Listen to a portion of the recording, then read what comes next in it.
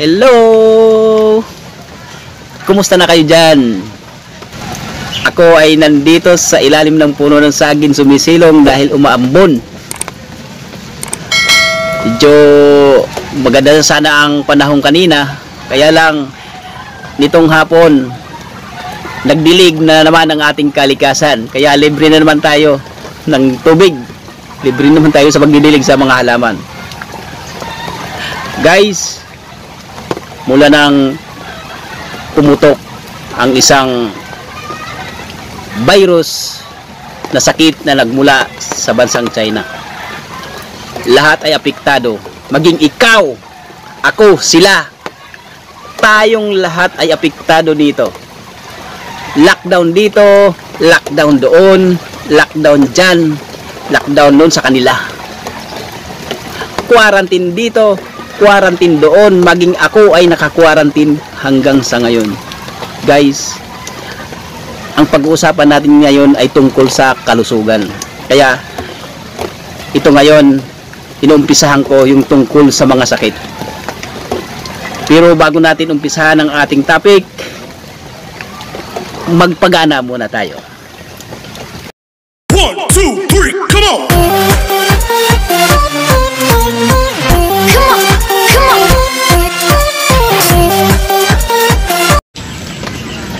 Guys, kung sakit ang pag-uusapan, lahat dito ay umiiwas. Lahat dito ay umiiwas dahil sobrang napakahirap na dapuan ka ng isang sakit o kahit ano pang sakit. Lahat ng pag-iingat ay ginagawa natin. Nariyan na yung kalinisan natin. Then, iinom tayo ng mga vitamins para maging protektado tayo. Ngayon guys, napakasakit talaga isipin, kahit sino naman talaga ay apektado dito sa atin. Ngayon, dito sa aking mini farm ay hindi lang ho pagtatanim ng gulay, pagtatanim ng mga halaman, pagtatanim ng mga prutas ang ginagawa ho natin. Hindi rin lang pag-aalaga ng mga aso ang ginagawa natin. Guys, mayroon ako ditong inaalagaan. Mayroon ako ditong ilagaan na isang pagtingin natin ay isang damo lamang. Damo na saan-saan ay tumutubo, sa daanan, humahalo sa mga damo, sa gilid ng kalsada, na kung saan halos hindi natin pinapansin. Halos hindi natin pinapansin dahil unang-una, hindi natin kilala, di ba? Hindi natin kilala ang isang ordinaryong damo na nandito. Guys, dito sa aking mini farm, mayroon isang damo dito na kumbaga sa tao ay VIP. Pero hindi ko sabihin VIP. Ang tawag ko dito ay BIG. Bakit BIG? Very important grass na kung saan ay napapakinabangan natin. Ilang napapakinabangan, talagang napakinabangan na ng ilang tao o maraming tao ang damo na to. Ang damong ito ay talagang napakahalaga maging sa akin. Kaya dito sa akin, BIG sila. Guys, dito sa aking mini farm, ang mga damong ito ay nagkalat. Nakahalo lang sila sa mga ordinaryong damo na nandito, subalit sila ay aking inaalagaan. Inaalagaan ko sila, hindi ko sila tinatanggal kahit nakahalo pa sila doon sa aking mga pananim. Kung kinakailangan, ililipat ko lang sila at ilalagay ko sa isang lugar na kung saan pwede sila doong mabuhay. Pero guys, may pagkakataon na kahit di natin gusto, talagang tumutubo talaga itong halaman na to, ay itong damo na to. Tumutubo talaga ang damong ito. Sa katunayan guys, papakita ko sa inyo kung saan tumubo ang damong ito. Talagang napaka BIG. Guys, papakita ko sa inyo kung ano ang damong ito. Medyo umaambon-ambon pa, kaya lang nakasombrero naman tayo. Puntahan natin, papakita ko sa inyo yung damo na to. Dito guys, mayroong tumubong damong tawa-tawa, o di kaya ang tawag nila dyan ay gatas-gatas. Ito guys, tingnan nyo.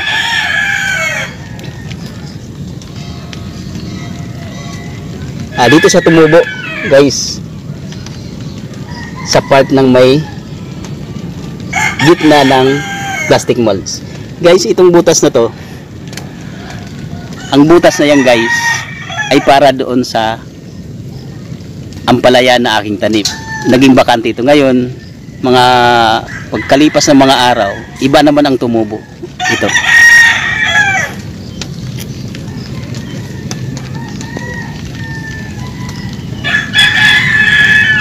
Yan o guys, kung sino man nakakilala nito, yan o, napakalago.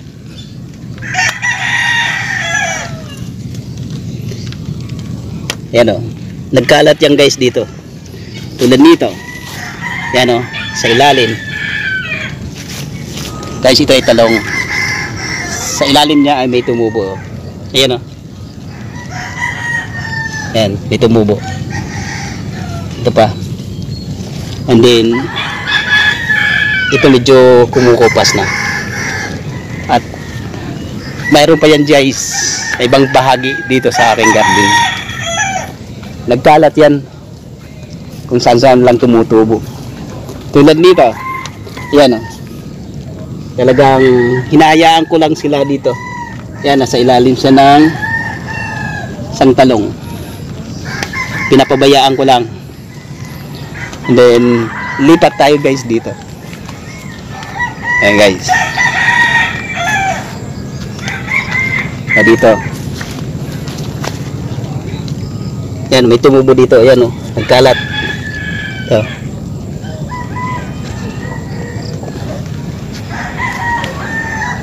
Kaya guys, ganun na lang sila kahalaga sa akin. Kumbaga, sabi ko nga kanina, sila ay mga BIG. BIG sa akin ang mga halaman na, yung mga damong ito. Guys, balik ulit tayo dito sa aking pwesto kasi medyo umaambon nga. Napaka ano talaga ng kalikasan. Guys, ito yung nakuha nating ano, damo na ano, kung tawagin ay tawa-tawa. O sa ibang lugar naman, ang tawag dito ay gatas-gatas. Mayroon naman sa ibang part ng Visayas ay tawag nito ay ikmo-ikmo.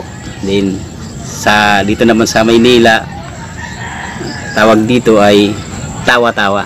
Kaya ito guys, ayun, bakit tinawag nila itong ano, gatas-gatas? Guys, bali ipapakita ko sa inyo kung bakit tinawag itong damo na to na gatas-gatas sa ibang lugar.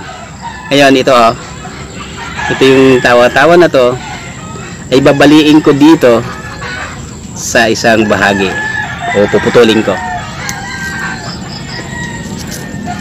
Kung makikita nyo guys, sa pinakadulo ay mayroon liquid na lumalabas na kulay puti.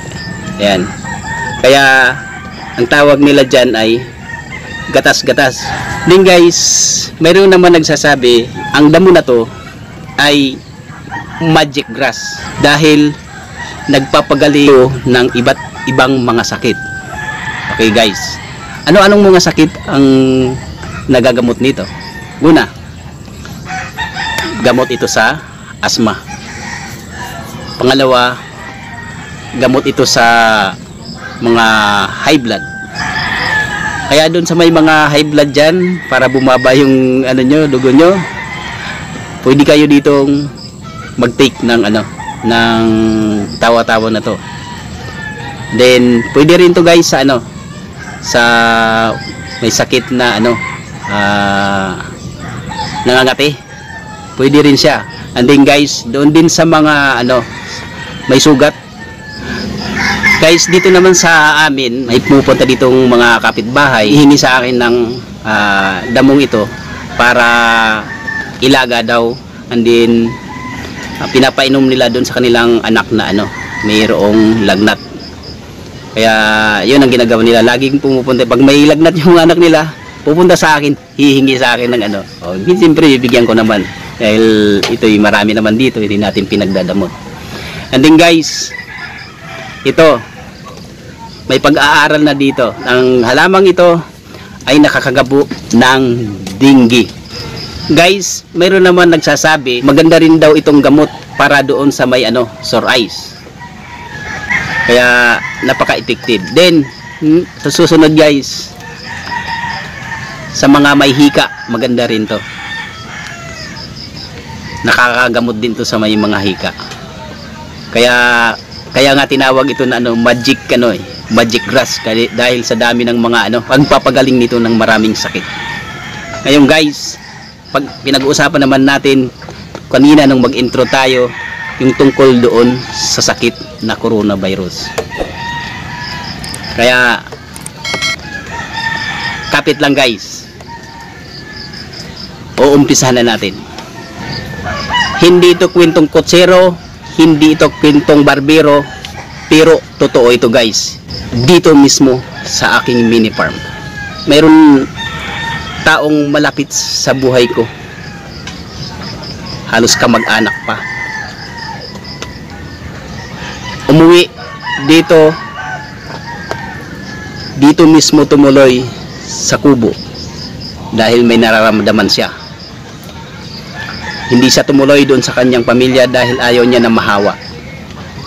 Kaya guys, dito namin sa inalagaan. Guys, ang taong ito ay nag-positive sa COVID. Nag-positive siya sa rapid test, nag-positive siya sa swab test. Guys, dito lang ho sa amin ang taong ito naglagi.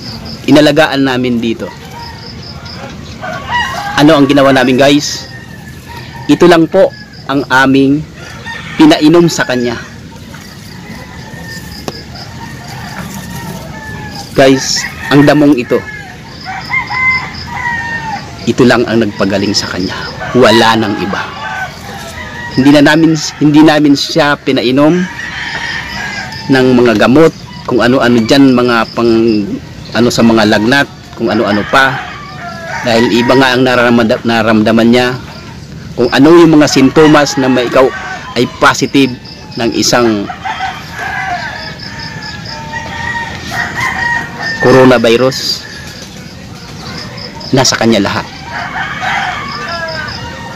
Kaya sabi ko, dito natin mapatunayan kung talagang napaka-effective ito. Sa una guys, hindi niya alam ito nang dumating siya dito. Hindi niya alam na mayroon akong tanim dito. Sa unang araw pa lang niya na nandito siya, inupiran ko siya kaagad. Sabi ko, inumin mo ito, pakuluan mo, then inom ka lang 3 times a day. Isang baso kada pagkatapos mong kumain. And then, pero guys, hindi ko pa sinasabi sa kanya kung ano ito. Sabi ko lang sa kanya na ganito lang gawin mo. Guys, kinabukasan tinawag ako. Sabi niya, kuya, ano ba ang halaman na to? Nasaan ba ito? Siyempre, sagot tayo. Bakit? Bakit mo naitanong? Kasi sabi niya, kuya, iba kasi naramdaman ko eh. Parang nagbago. Kung isang araw, nakarang araw ay wala akong panlasa. Ngayon, sabi niya, nag-iba yung pakiramdam mo. Kaya sabi ko, sige, wag kang alala. Mayroon pa tayo dito. And then, kumuha nga ako, binigyan ko siya uli. Sabi ko, take ka uli. Yung ininom mo na nandyan natira, after 24 hours, tanggalin mo. Marami tayo dito. Ayun, binigyan ko nga uli siya. Guys, after 1 week, gumaling siya.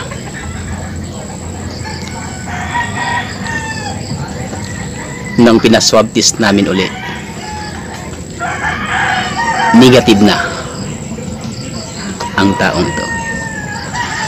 Kaya guys, dito sa lugar na to ay naging memorable sa akin dahil din sa isang taong pinagaling natin, inalagaan natin dito.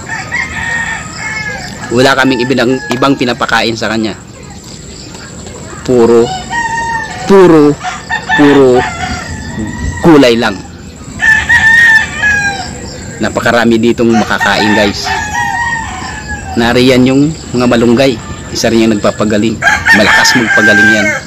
Andyan yung mga saluyot, andyan yung talbos ng kamote, alugbati, at iba-iba pang gulay na nandito. May talong, may patula, may ampalaya.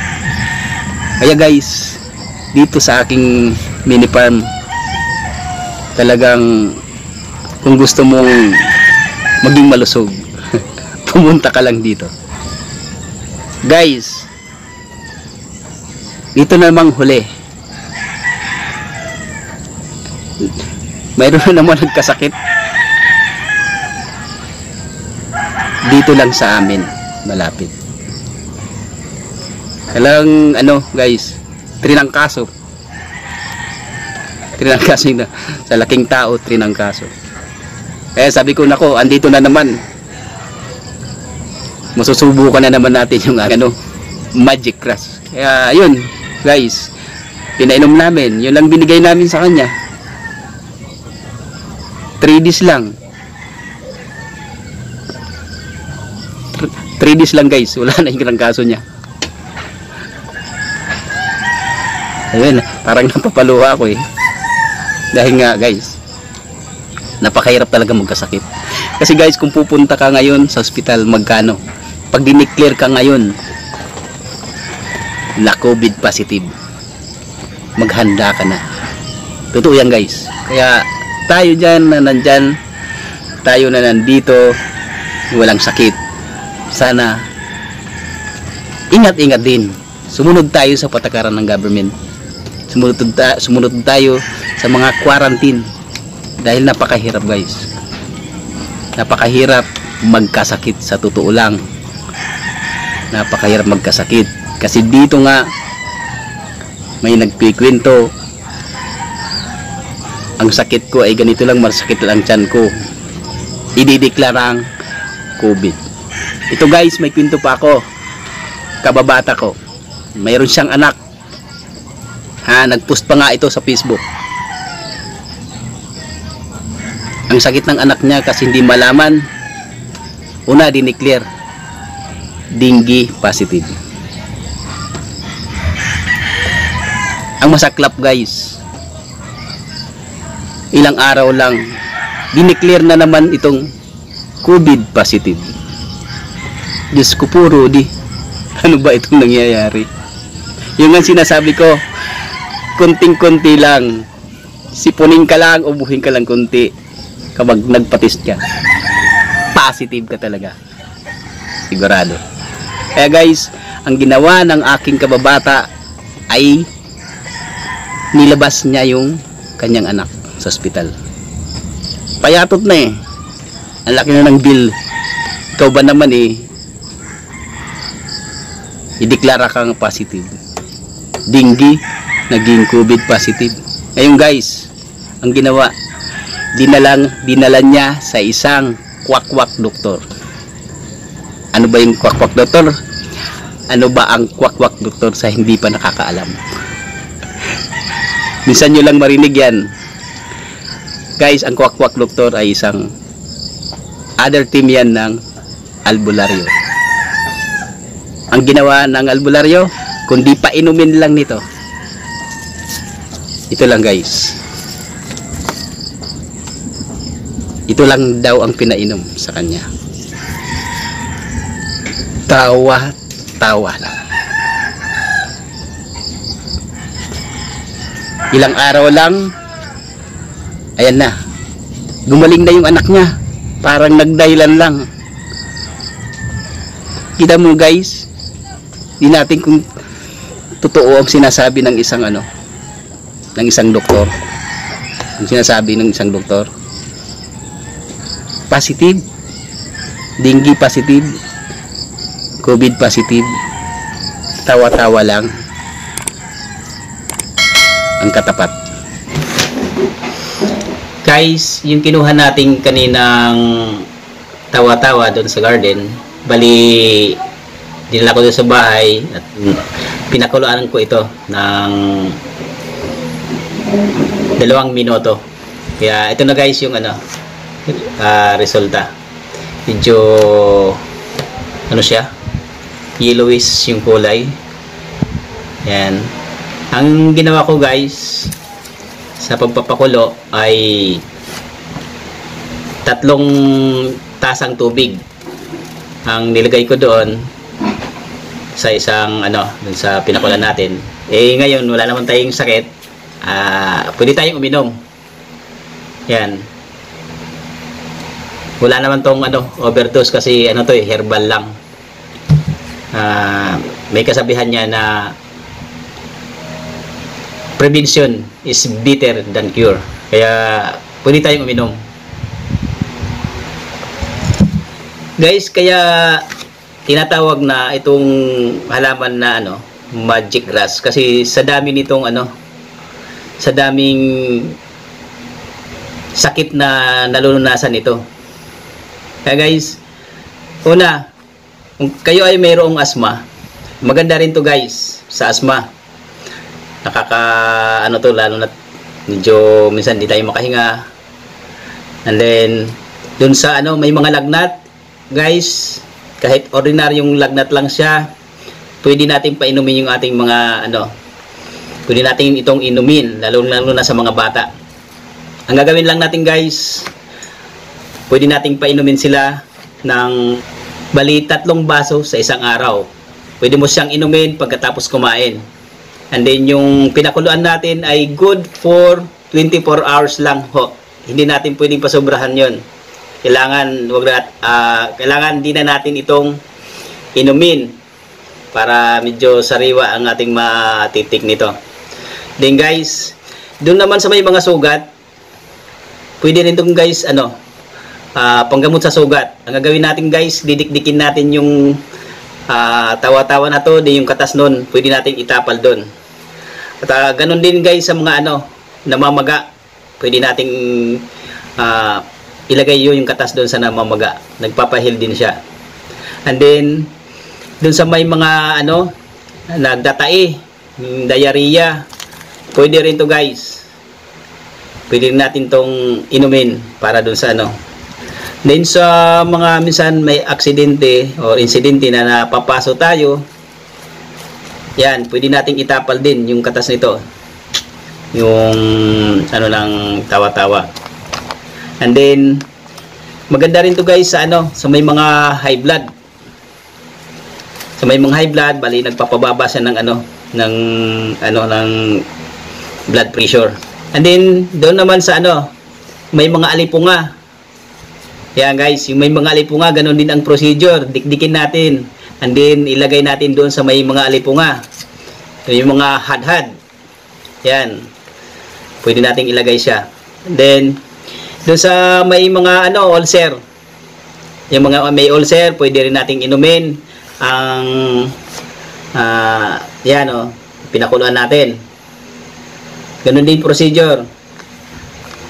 1 baso sa bawat pag-inom 3 times a day ang gagawin natin. Hindi nga lang magandang balita para sa ating mga nanay na buntis. Bawal silang uminom dito sa mga buntis. Yun lang. Guys, ayon sa aking pagre-research, ang tawa-tawa na to ay napakamahal pala. Kung makikita ho natin sa mga online store gaya ng Lazada, sa Shopee, makikita nyo doon na ibibili pala to, napakamahal. Nariyan yung 1,000 ang 1 kilo ng isang powder na ng tawa-tawa. Tapos kung pupunta ka naman sa mga mall, sa mga herbal medicine na may mga stall doon, makikita nyo ho, may mga capsule na rin silang binibinta na tawa-tawa. Then meron na rin silang mga tsaa. Kaya guys, nasa market na talaga itong tawa-tawa na to. Kaya sobrang napakamahal. Guys, kung may makikita kayo diyan, napakalat-kalat diyan, mas maganda siguro alagaan na lang natin. Para mayroon tayong magagamit kung sakali man mayroon tayong nararamdaman. Diyan mo guys, napakaraming gamit. Napakaraming lunas pala ang nagagamot nitong halaman na to. Kaya kung mayroon man tayong makikita, alagaan na lang natin. Guys, kung sino man doon sa mga gustong mag-alaga nito, kung malapit lang sana kayo sa amin, pwede kayong pumunta dito, libre po. Marami hong tumubo dito sa aking mini farm. Kaya pwede kayong mag-PM or mag-message lang kayo dyan sa baba. Then pwede tayong mag-meet up. Libre po guys, ang bibigay ko sa inyo. Dahil nga napakarami nga dito sa aking mini farm. Then guys, kung may natutunan kayo dito sa aking vlog, huwag kalimutan ho. Huwag mong kalimutan mag-subscribe, like, and share na. Maraming salamat po sa inyong lahat.